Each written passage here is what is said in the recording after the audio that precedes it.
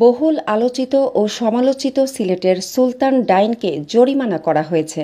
মাংসের গুদামে জেনারেটর না থাকা, খাবারে তেলের ব্যবহার সহ বেশ কিছু অনিয়মের দায়ে সিলেটের সুলতানস ডাইনকে ৩০,০০০ টাকা জরিমানা করেছে ভোক্তা অধিকার সংরক্ষণ অধিদপ্তর। রোববার ৬ অক্টোবর দুপুরে ভোক্তা অধিকার ও নিরাপদ খাদ্য সংরক্ষণ অধিদপ্তর যৌথভাবে এ অভিযান চালায়। যেগুলো ওনার ইম্পোর্টেড যে পণ্যগুলো আর কি, যেগুলো নিয়ে আসেন অন্য জায়গা থেকে, এগুলোর ডকুমেন্টগুলো প্রপারলি ওনাকে দেখাতে পারেননি। তো এই বিভিন্ন অপরাধের কারণে আমরা আসলে তেতালিতে আজকে সতর্কতা হিসেবে ওনাদেরকে ৩০,০০০ টাকা জরিমানা করেছি এবং ওদের মাংসের যে রাখার যে জায়গাগুলো, যে রেফ্রিজারেটরগুলো আছে, সেই রেফ্রিজারেটরগুলো ওখানে গিয়ে দেখলাম লোডশেডিংয়ের কারণে বন্ধ অবস্থায় ছিল। ইনস্ট্রাকশনটা দেওয়ার সাথে সাথে সতর্কতামূলকভাবে আমাদেরকে একটা ফাইন করে গেছেন। জাতীয় ভোক্তা অধিকার সংরক্ষণ অধিদপ্তর এবং নিরাপদ খাদ্য কর্তৃপক্ষ যৌথভাবে অভিযানে এসেছি এবং আমাদের কাছে কয়েকদিন আগে আমরা একটা নিউজ দেখেছি যে এখানে নাকি মাংসের যে সমস্যা ছিল, যে প্রচণ্ড দুর্গন্ধ ছড়ায়, এলাকাবাসীর সমস্যা হয়। তো ওইটা দেখার পরে আমরা বিভিন্ন সাংবাদিকবৃন্দ যারা আছেন ওদেরকে আমাদেরকে ফোন দিয়েছেন যে এখানে সমস্যা আছে, আমরা বিষয়টা দেখার জন্য। তো এরই অংশ হিসেবে আজকে আমরা এসেছি বিষয়টা যাচাই করে দেখার জন্য যে কী সমস্যা। তো আমরা প্রথমে আমাদের স্টোরেজে যাই, যেখানে ওনারা মাংসগুলো সংরক্ষণ করে রাখেন। তো এখানে দেখার পরে যে বিষয়গুলো আমরা দেখতে পাই, এমনিতে মাংসতে কোনো ধরনের আমরা এমনিতে সমস্যা পাইনি। তো যে লেগিংসটা ছিল, যে ওখানে কোনো ধরনের জেনারেটর ছিল না।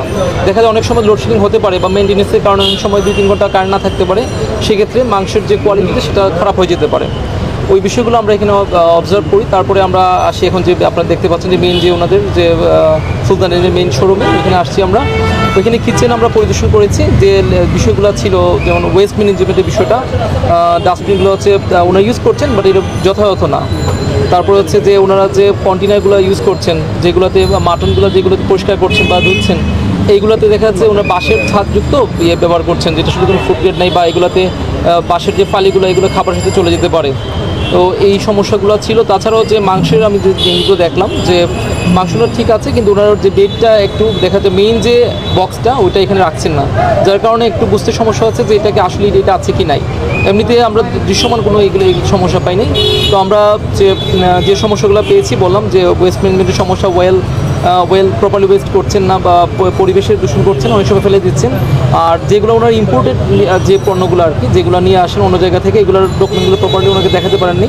তো এই বিভিন্ন অপরাধের কারণে আমরা আসলে তেতালিতে আজকে সতর্কতা হিসেবে ওনাদেরকে ৩০,০০০ টাকা জরিমানা করেছি এবং ওনাদেরকে বলেছি যে আগামী 5 কর্মদিবসের মধ্যে ওনারা যেন যে প্রপার যে ডকুমেন্টগুলো যেগুলো ওনারা পারচেস করেন এগুলো যেন অবশ্যই নিয়ে আসেন। এই ছিল আমাদের বিষয়গুলো। আসলে যে নিউজে আমরা দেখতে পাই আর কি, অনেক সাংবাদিক আমাদেরকে ফোন দিয়েছেন যে জিনিসটা, অনেক সচেতন নাগরিকও ফোন দিয়েছেন যে এটা আসলে বিষয়টা দেখার জন্য যে এখানে আসলে কোনো সমস্যা আছে কিনা। আমরা বেসিক্যালি নিউজটা যখন আমরা হয়েছে তখনই কিন্তু আমরা একটা তদন্তের সিদ্ধান্ত নেই, যে আসলে বিষয়টা খতিয়ে দেখার জন্য সিদ্ধান্ত নেই। তো আমরা যে জিনিসটা দেখেছি যে ফ্রিজিং মাংস আপনি অবশ্যই ব্যবহার করতে পারবেন, সেক্ষেত্রে আপনাকে কোল্ড চেইন মেনটেন করতে হবে।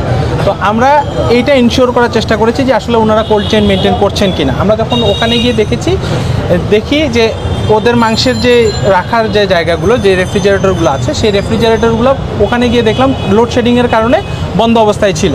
তো এইটার মেইন কারণটা হলো তাদের কোনো বিকল্প বিদ্যুতের ব্যবস্থা ছিল না, এবং সেই কারণে ওই জায়গার যে মাংসগুলো সেইগুলো কিন্তু সার্টেন টাইম পর্যন্ত বিদ্যুৎ না থাকার কারণে ওখানে কিন্তু রেফ্রিজারেটরগুলো চলমান অবস্থায় ছিল না। তো এই জিনিসটাই কিন্তু আমরা মেইন বিষয়টা আমরা কিন্তু পরিলক্ষিত করলাম। এছাড়া আমরা কিন্তু এখানেও এসে ওরা যে মাংসগুলো নিচ্ছে বিভিন্ন জায়গা থেকে নিচ্ছে, আমরা দেখলাম কিছু লোকাল সোর্স থেকেও নিচ্ছে, কিছু রেপুটেড প্রতিষ্ঠান যারা সারা বাংলাদেশে মাংস প্রতিষ্ঠান সরবরাহ করে তাদের কাছ থেকেও নিচ্ছে। তো আমরা যখন তাদের কাছ থেকে সোর্স যাচাই করলাম তখন দেখলাম যে না, তারা তাদের কাছ থেকেই নেয় এবং এগুলো ওই যেগুলো বাহির থেকে আসে সেগুলো তাদের ওই নিজস্ব পরিবহনে দিয়ে যায়, এবং যেগুলো লোকালি সোর্স করে সেগুলো তারা এনে এবং তাদের স্টোরেজের মধ্যে রাখে। তো ওইটার ক্ষেত্রে আমাদের যে কনসার্নটা সেটা হলো তাদেরকে অবশ্যই ইমিডিয়েটলি আমরা যেটা বলেছি আগামী 5 কর্মদিবসের মধ্যে তারা তাদের যেই রেফ্রিজারেটরগুলো আছে সেগুলোর মধ্যে বিকল্প বিদ্যুতের ব্যবস্থা অবশ্যই করবেন। এবং অন্যান্য আরও বেশ কিছু বিষয় আমরা লক্ষ্য করেছি, সেটা হলো তারা ওই বাঁশের তৈরি কিছু পাত্র ব্যবহার করছেন। তো বাঁশের যেই সমস্যাটা সেটা হলো বিভিন্ন সময় বাস থেকে সেখানকার ফিজিক্যাল হ্যাজার্ডগুলো খাবারের মধ্যে চলে যেতে পারে, সেটার ব্যাপারে আমরা তাদেরকে সতর্ক করেছি আমরা এবং বলেছি, এবং ইমিডিয়েটলি সেগুলোকে অপসারণ করার নির্দেশনা দিয়েছি এবং তাদেরকে বলেছি যে স্টেইনলেস স্টিল বা ফুড গ্রেড প্লাস্টিকের কোনো ধরনের ধরনের এরকম ঝাড়ার যে বিষয়গুলো আছে সেগুলো তারা যেন ইউজ করে।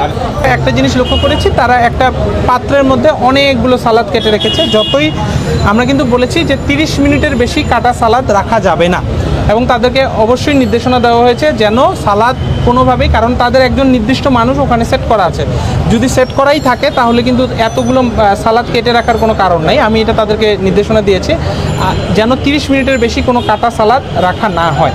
এক্ষেত্রে তারা অঙ্গীকার করেছেন যে এটা তারা ইমিডিয়েটলি এই ব্যবস্থাটা নেবে। সিলেট ভোক্তা অধিকার সংরক্ষণ অধিদপ্তরের সহকারী পরিচালক শ্যামল পুরকায়স্থ ও নিরাপদ খাদ্য অধিকার অধিদপ্তরের কর্মকর্তা সৈয়দ সরফরাজ হোসেন অভিযানে নেতৃত্ব দেন। এ সময় তারা জানান, সুলতানস ডাইনের মাংসের গুদামে জেনারেটর না থাকার কারণে মাংস প্রিজারভেশনের সমস্যা হতে পারে। একই সাথে খাবারে তেলের ব্যবহার ঠিকভাবে করা হয়নি। এছাড়া বিদেশ থেকে আনা বাসমতি চালের রসিদ দেখাতে পারেননি তারা। রান্নাঘরে শেফদের রান্নার কাজে বাঁশ ও কাঠের ব্যবহার নিয়ে কিছু নির্দেশনা দেওয়া হয়েছে।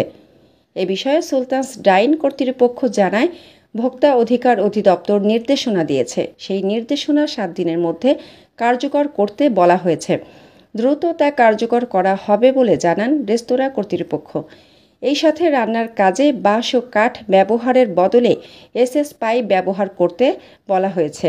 উল্লেখ্য, সম্প্রতি সিলেটের শাখা উদ্বোধন করেছে সুলতানস ডাইন। তবে সুলতানস ডাইনের মাংস সংগ্রহশালা থেকে গত কয়েকদিন ধরেই দুর্গন্ধ ছড়াচ্ছিল।